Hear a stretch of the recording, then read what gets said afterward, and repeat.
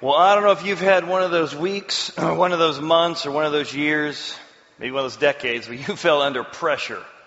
But it is amazing how, given enough pressure, relationship pressure, work pressure, deadline pressure, man, stuff comes out of you that you don't even want to admit that's in you. Isn't that true? You want to pretend, I want to pretend that, I'm a pretty calm, kind person, but put me under pressure, and sarcasm comes out, biting, anger comes out, impatient comes out. Man, I had one of those last 4 days. My wife's been wrestling with these back issues since Thanksgiving. Finally had surgery about 8 weeks ago, and things were going great. 2 weeks, like we're back to normal. Looks like, all that hassle and frustration and her laying in the living room for hours at a time, not be able to move. Finally, that's behind us. And for no reason yet to be determined, 4 days ago, we went from, I can see the light, to pain level 14 and back laying on the floor. And I'm amazed at how impatient I went right back to. How angry I became trying to juggle all the different pieces. How much stuff started coming out of me, because a lot of us, we feel like we're pretty good people, but you put us in a situation of grief or rebellion or kids that don't listen or the pressure of deadlines not met, and behind the facade that we've got it all put together and our marriage has never had a fight and our family is just perfect, behind all that facade, there's a lot going on behind the scenes. I love this next song that sort of gives voice to that very idea.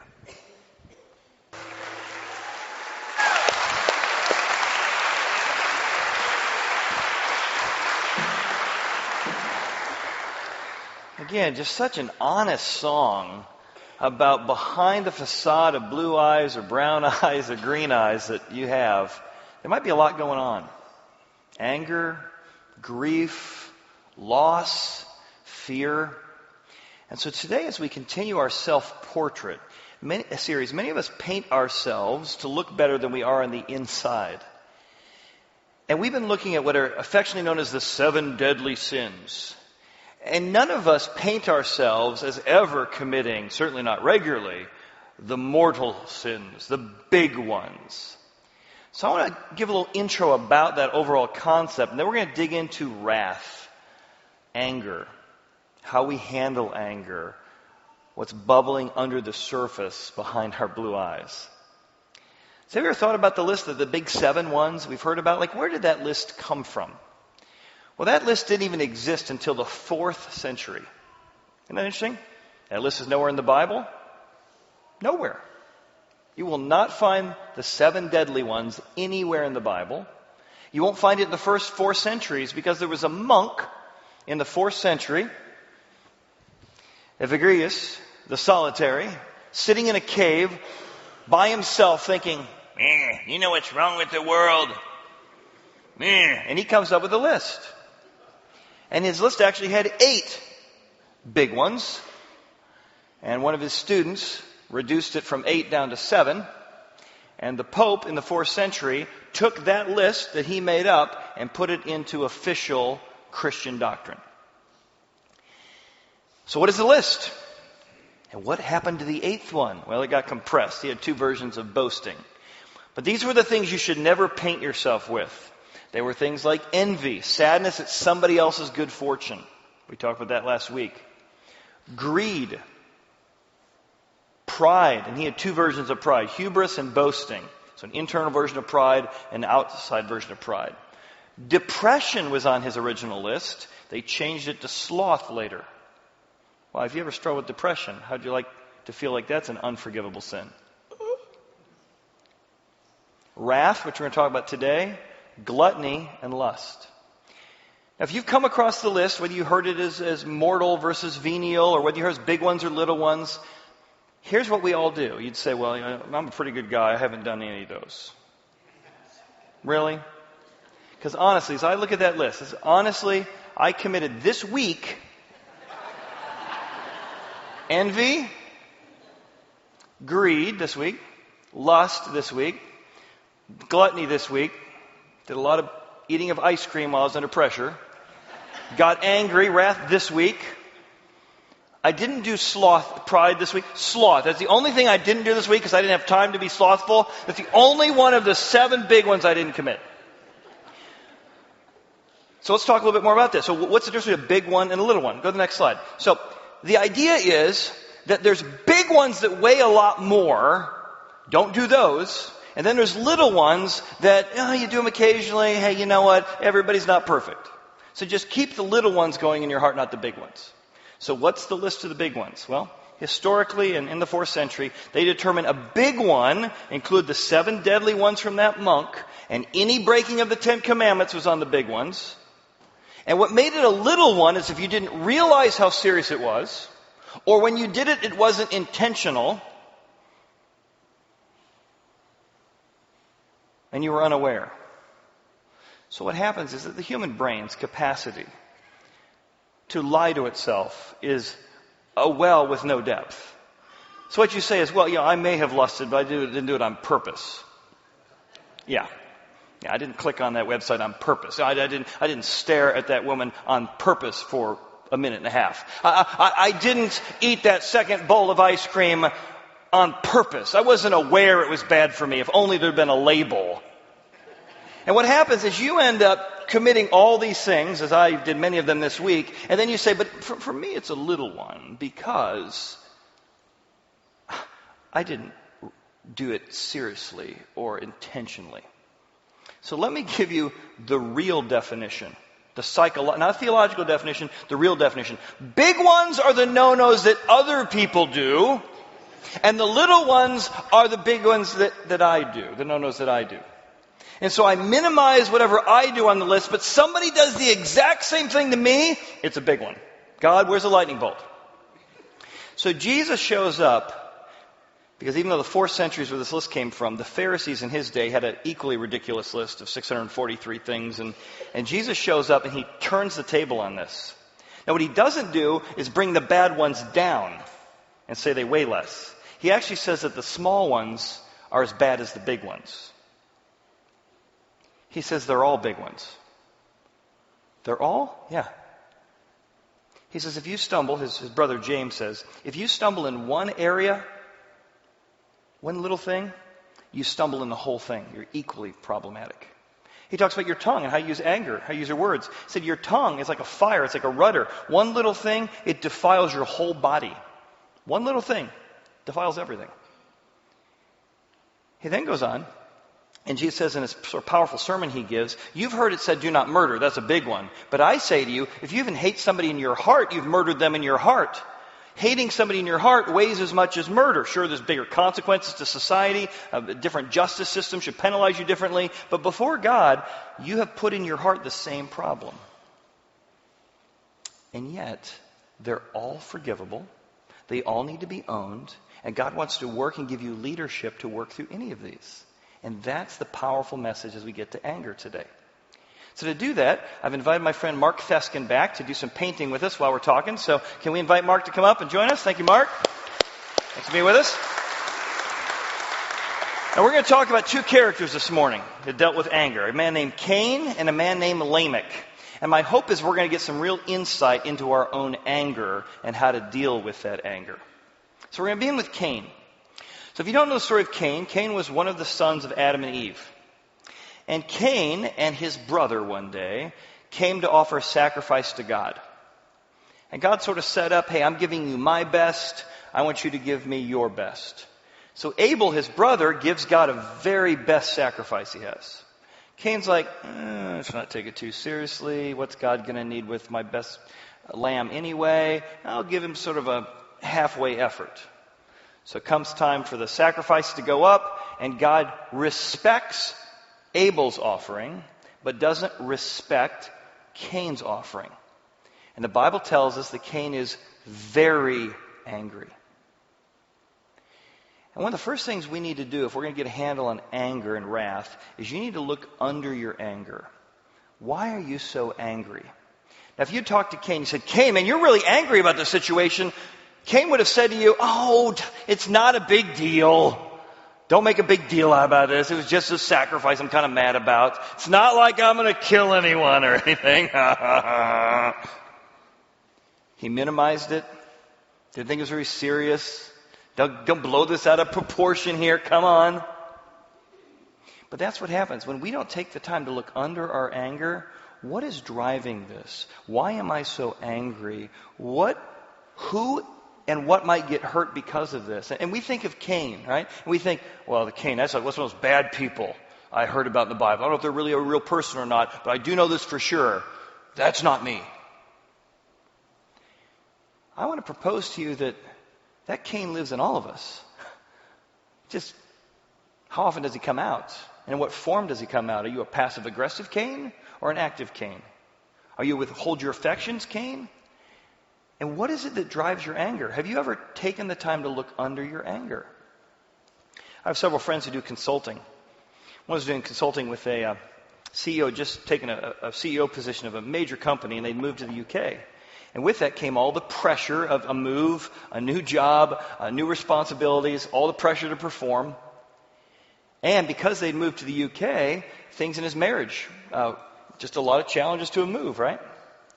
Well, it became pretty clear early on that he was getting angry. After 6 months in the new job, starting to affect the business, starting to affect his direct reports, the board was starting to get reports and noticing, and his wife was even threatening to divorce him. And the board asked him to go to a psychologist and a coach to look under his anger, what was happening.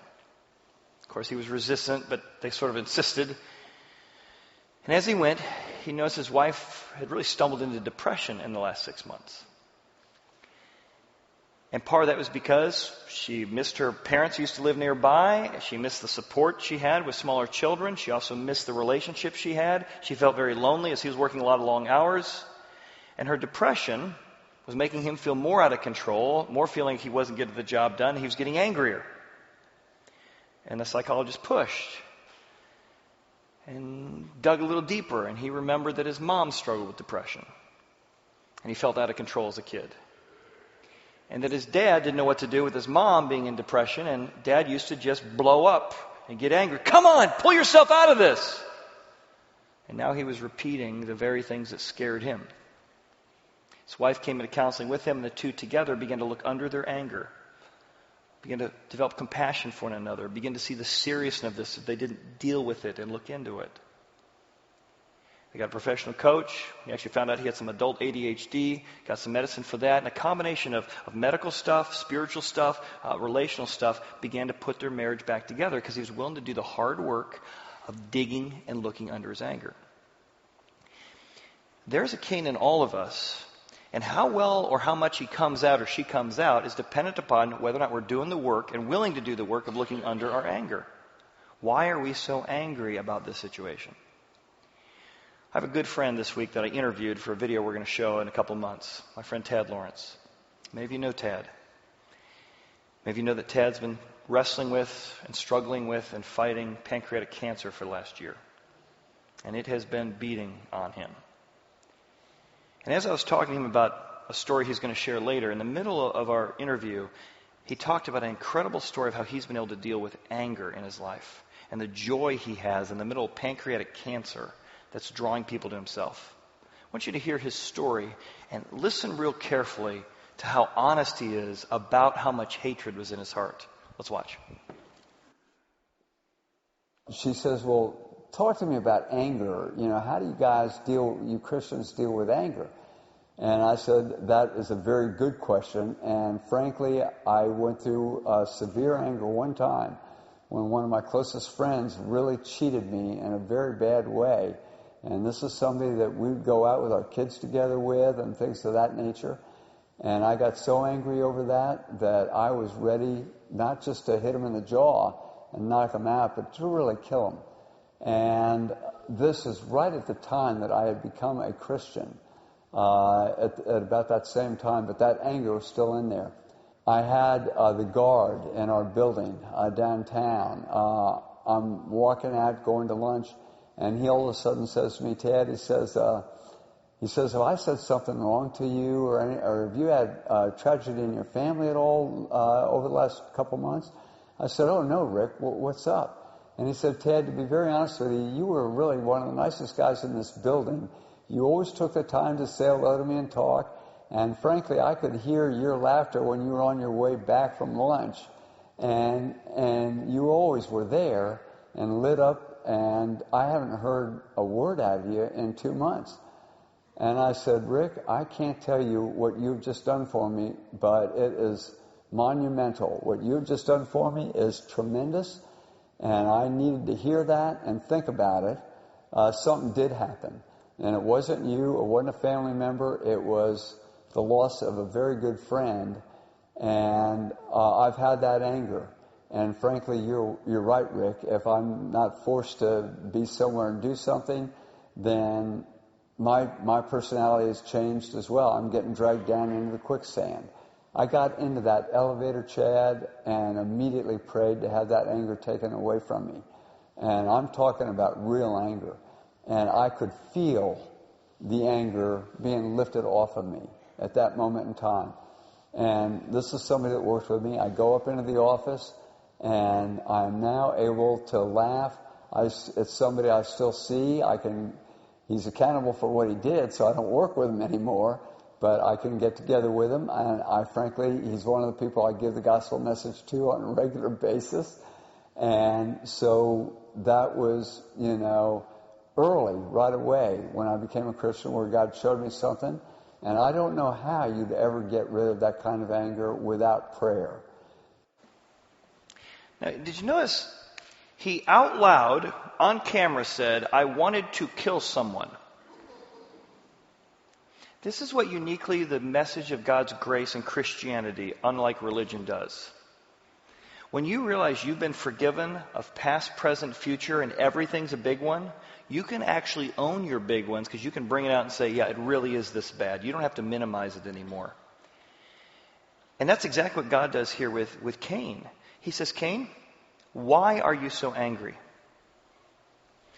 Go to the next slide. He says, why are you so angry? What is it that's driving this? And notice, it's disrespect. He was very angry, and God says, why? Why has your countenance fallen? Well, it's fallen, and the reason he's angry is because he felt disrespected. Because he knows he didn't give his best. God is saying, you need to take some time and reflect on what it is that's driving this thing. And most of us don't look at and honestly look under our anger because of a few things. One, ego. I got to pretend I'm not the kind of person who struggles with ego, with anger. And so I said, well, sure, but my anger was justified, yeah. Well, it's not disrespect. No, I'm not so weak that I get mad at somebody being disrespectful to me. Well, actually, you probably are. I know I am. Or it's shame avoidance. In fact, the word countenance here is where we get the word face. It's your face changes. And most of us don't want to face the fact that we're angry because we're trying to save face. We don't want to admit that we're that bad or that we struggle with that or it's a real issue. So in the name of saving face, we don't face our anger. And God is so loving that God shows up and says, Cain, it's time to tap you on the shoulder and ask you some questions. Let's look under your anger. This has been going on for years, maybe God's tapping you this morning. Is it time to look under your anger? More than that, let's look around. What's caused this? What are the circumstances? How do you typically handle this? Have the ways you've handled in the past been helpful?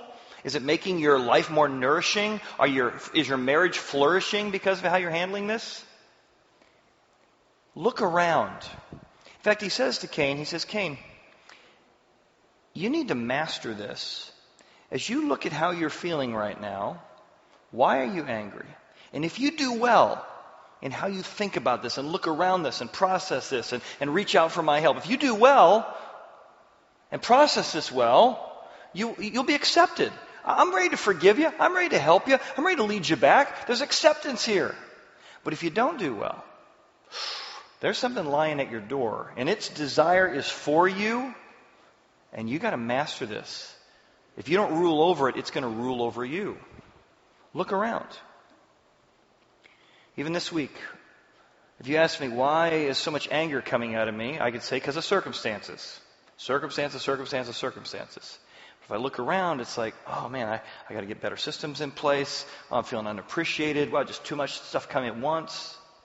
But often under your anger, when you're mad, you're really sad.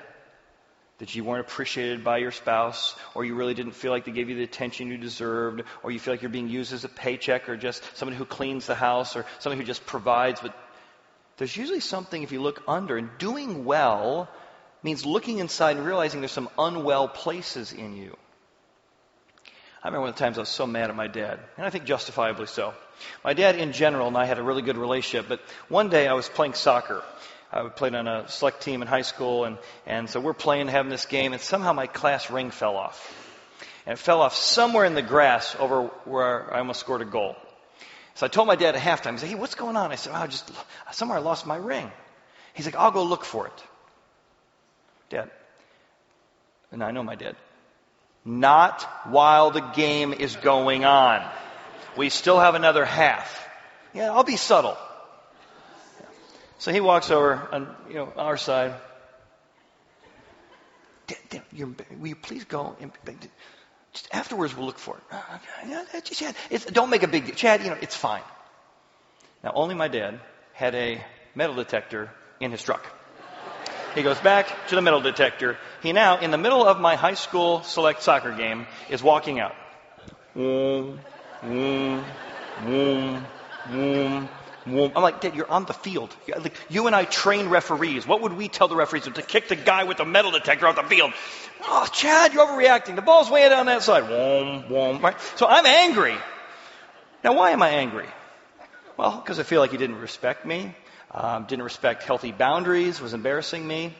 And so I had a conversation with my dad later, but I need to actually understand what was going on inside me so I could understand the anger, and then we could talk about boundaries and things like that. But I need to look around. What does it mean to look at the situations and the way you process things that are contributing to this?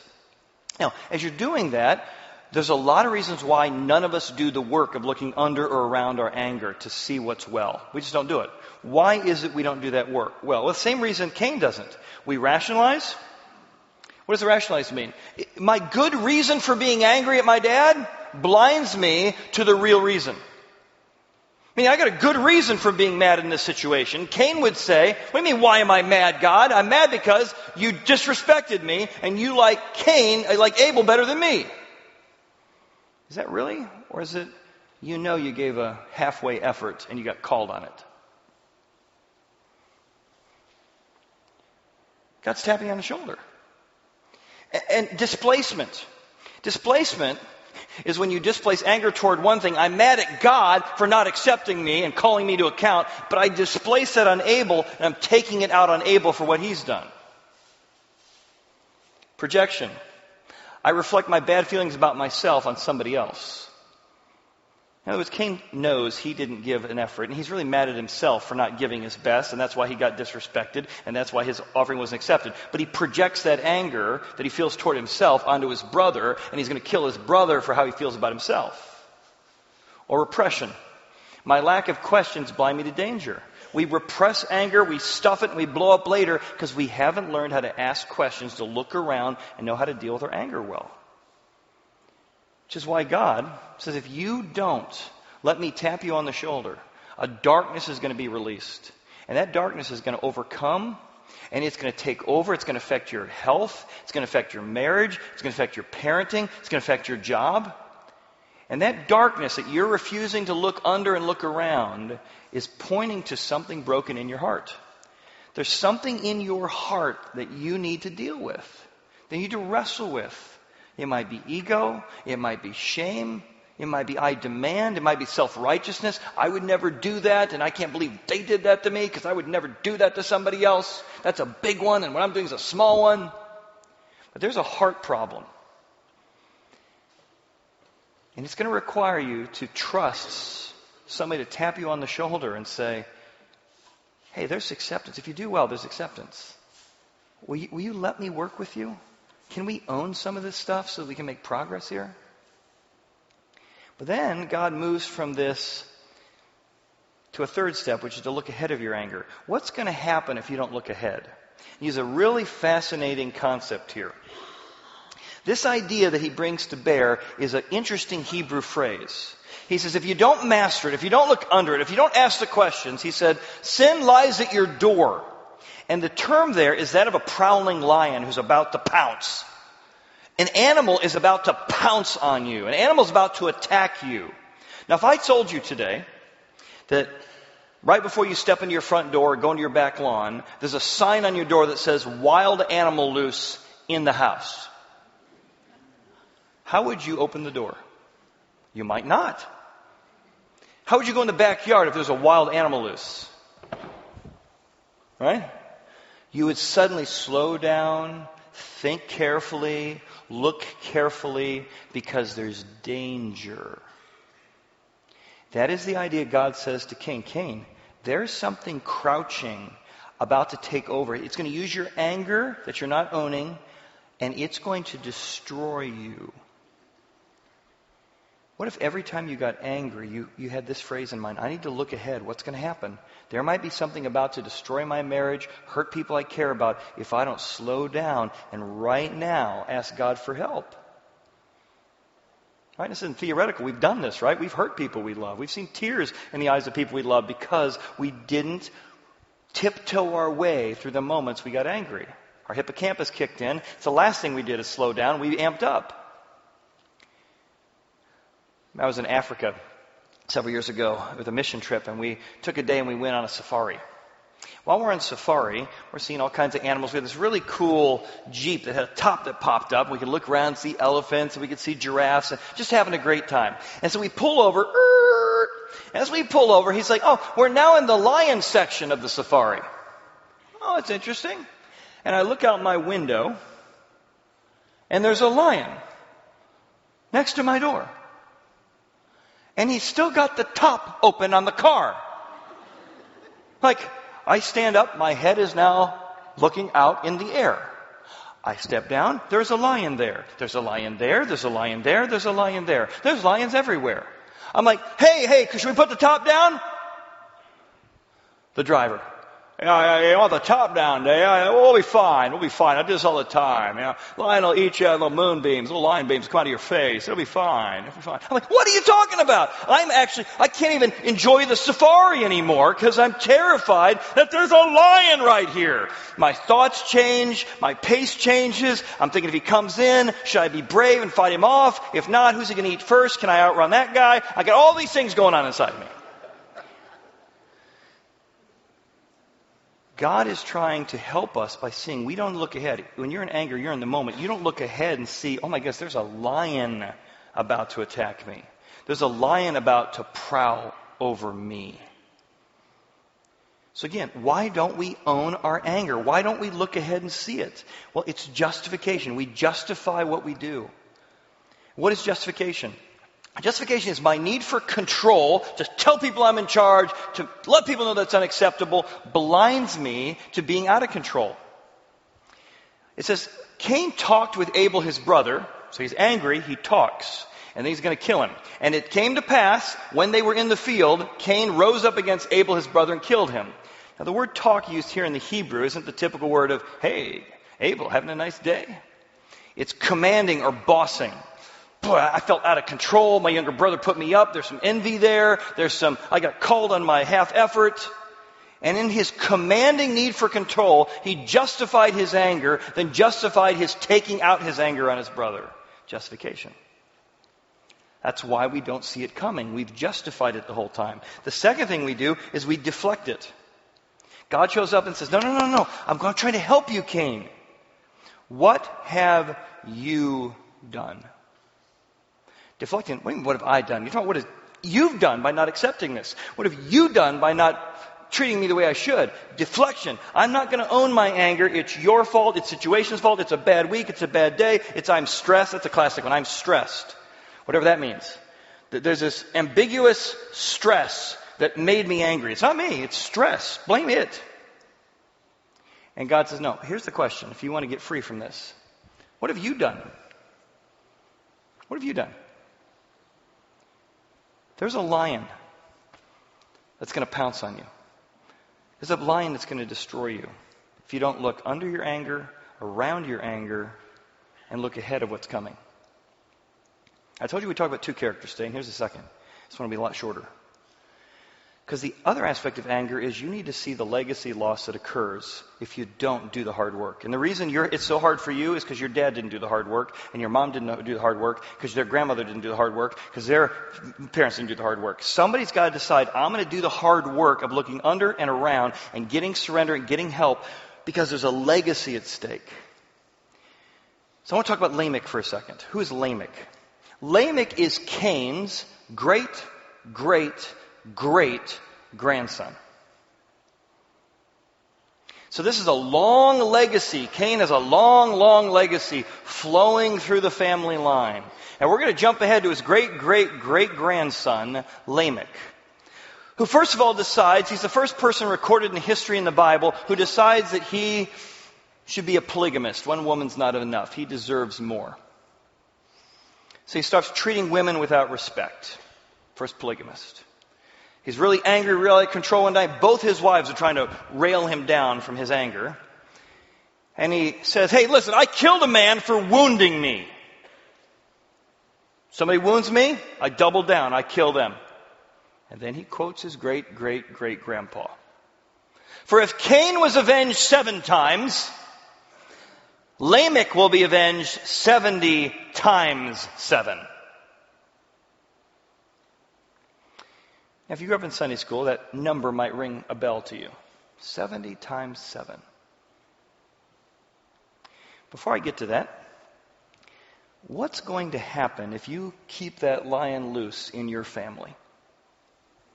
There's a face of a grandchild, a great-grandchild, a great-great-grandchild's divorce that didn't see somebody not pretend they don't struggle with, but wrestle with, I'm trying to get better at this. I'm trying to understand this. And your opportunity to wrestle with this lion for the sake of your great-great-great-grandchildren is a powerful act of why you should engage in self-reflection.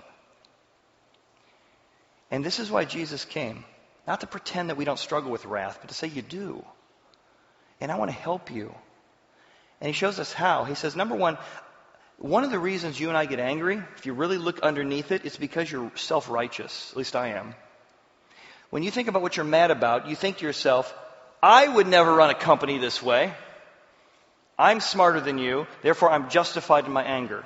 Or you're mad at a sister-in-law or mother-in-law because they didn't write a note. And you say to yourself, I would never have forgotten to write that note. I feel self-justified. Therefore, I am justified in my anger. So I have a right to be angry at you because I wouldn't have done that. And so you think that you're a little bit more forgivable than they are. You're a little bit better than they are. And that's actually what's keeping you from wrestling with and dealing with this. Which is why Jesus shows up. So people are struggling one day. How many times should I forgive somebody? And Peter says, should I forgive 7 times? And Jesus says, no. Don't forgive 7 times, but I tell you to forgive 70 times 7. I want you to be as forgiving to others as the most evil man you've ever read about in the Bible, Lamech. How would he do that, though? Jesus goes on and tells a story. It's easy to forgive and be rescued from your self-righteousness driving your anger when you realize how much you've been forgiven. Oh.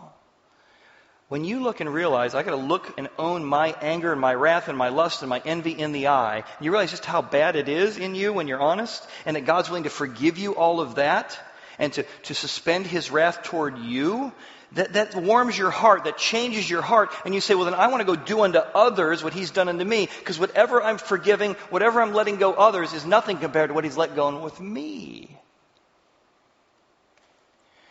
God said, I came to earth to absorb the anger of all the consequences you were owed for what you did, so that you can go and extend that mercy and grace to others. I'll give you an example of this. The San Francisco baseball team just had a brain freeze here. I was launching into the picture of him. Oh, the Giants. Sorry. San Francisco Giants. They had a horrible season going on for a while, many, many years ago. So much so that the fans were booing them. Like they came out and their own fans were booing them. And nobody was talking about them because they weren't doing anything great, and it was just bad, bad, bad. So they hired a marketing team who said, we got to somehow absorb the anger from the fans so the team can focus on the game. So this marketing team designed the worst mascot ever campaign. The Crazy Crab. There he is. The Crazy Crab was designed to be the worst mascot ever. They hired an actor, a mime actor who came out, and his job was to make the audience direct their anger at him, and people hated the Crazy Crab. The stadium started filling up because people loved throwing hot dogs at the Crazy Crab, and he would jump all over the place. People loved cursing at the angry crab. They loved yelling at the angry crab. People started talking about the Giants on the radio. Have you seen the Crazy Crab? We hate the Crazy Crab. What were they thinking of the Crazy Crab? Suddenly the Giants were in the news. Not about their playing, but about the Crazy Crab. People came up and the team could focus on the game because all the anger got absorbed and focused on the Crazy Crab. And as the anger was absorbed from one place, it allowed the teams to sort of get their act back together and get back on place to have an incredible season the last 5-10 years. But it was a ridiculous Crazy Crab absorbing the anger of the fans that allowed them to get back on the right track. And Jesus shows up and says, it's ridiculous that God would come in human form and allow himself to be crucified. That is weird. That is stupid. That's crazy. But I'm absorbing the anger that you were deserved for all the things you did wrong. So that by me absorbing it all, you can start going, it's all forgiven. Everything I'm going to find when I look around my heart has been forgiven. It's all been absorbed by the Crazy Crab. Now I can start admitting it. And then I can start reflecting on others when I realize, oh, this is nothing. It's painful when I'm forgiving, but it's nothing compared to what he's forgiven me for. And that's why you can forgive other people their big ones when you realize you've been forgiven of big ones. Because at the end of your life, there's two lions. There's a lion that can devour you, which is wrath and anger. But Jesus also showed up and called himself the Lion of Judah. I can put a bigger lion in you, he says. You got a lion problem. Your grandpa had a lion problem. You're not going to get over this without a bigger lion. If you will invite me into your life, I absorbed all the anger and I fought the good fight, and the Lion of Judah in your heart can take out the lion of wrath and help you begin to look underneath your anger when you understand the grace message of being forgiven past, present, future. And you can forgive other people their big ones because you've been forgiven of your big ones. I read a story about a principal. He retired about 2 years ago, but about 4 years ago, he had a new student who had just moved into town. He was in South Dakota High School. Principal Kevin Lean is his name. 16-year-old Mason was not doing well with the transition to the new school. His grades weren't doing well, and his teacher, who was a follower of Jesus and a strong Catholic and a believer in God's grace, said, hey, I want to help this kid out. He's having a tough time. Kid came into his office, talked about his grades. He sat down at his desk, and this young man pulled out a gun and shot him. Just missed across his head. He stood up and he shot him again, went across his chest. Kid darts out of the room, gets tackled by the assistant principal and a few others. Police get called. And in this account, this principal for the next 2 years advocated to not get the guy who shot him 25 years to life, but instead get him rehab and mental health help. And I asked him, I said, how in the world does a guy shoot at you and you're trying to advocate to help him? And he said, you know, in life, the only thing you can control is forgiveness. And in light of my faith and what God's forgiven me for, he certainly needs to face consequences. He got 15 years of probation and mental health. He said, but I want to do unto others the way my Heavenly Father has done unto me. Let's be people who are honest about our anger. Because when we do, there's a lion who cannot devour us. There's a lion who can live inside of us.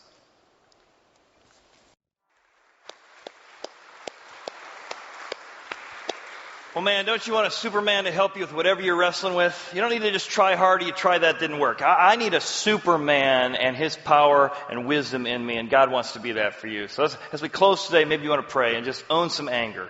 Say, God, I've done all those things.